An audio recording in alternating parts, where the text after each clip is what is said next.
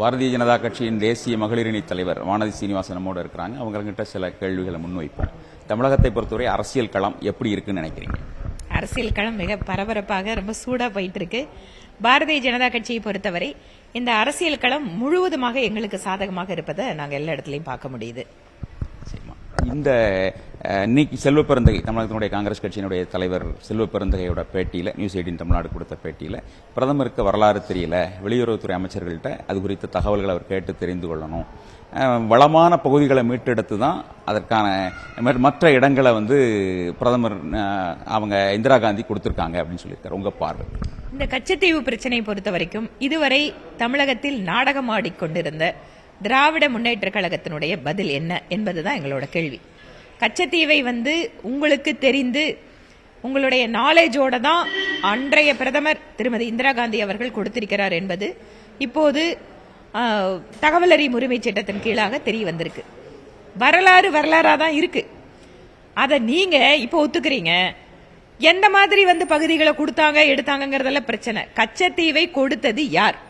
இந்த கச்சத்தீவை மீட்க வேண்டும் என திராவிட முன்னேற்ற கழகத்தினுடைய எம்பிக்கள் பேசுகிறார்களே, அப்போ உங்களுக்கு எல்லாம் தெரிஞ்சுதானே அதை கொடுத்திருக்காங்க அப்படிங்கறத எங்களோட நிலைப்பாடு.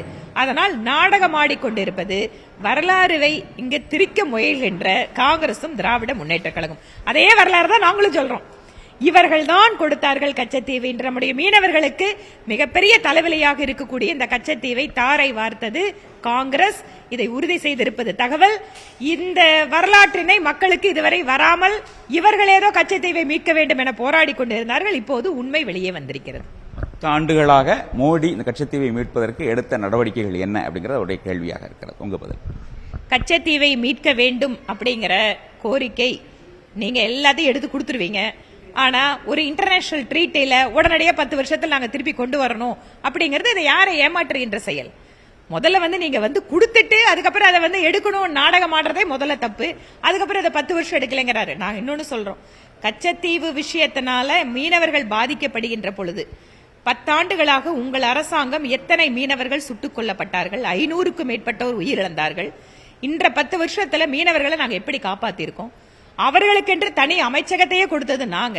அதனால் கச்சத்தீவு எதனால முக்கியம்? மீனவர்களுடைய வாழ்வாதாரத்துக்காக முக்கியம். அந்த வாழ்வாதாரத்தை நாங்க உங்களை விட பிரமாதமா பண்ணிட்டு இருக்கோம்.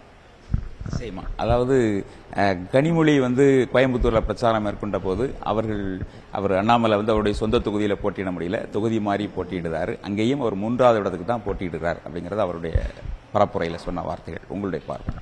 திருமதி கனிமொழி அவர்கள் தூத்துக்குடியில நிக்கிற வரைக்கும் அவங்க சென்னையில இருந்தவங்க. சென்னையில இருந்த நீங்க தூத்துக்குடிக்கு ஏன் வந்திருக்கிறீங்க? தூத்துக்குடிக்கு உங்களுக்கு என்ன சம்பந்தம்? அதே சம்பந்தம் தான் திரு அண்ணாமலை அவர்களுக்கும்.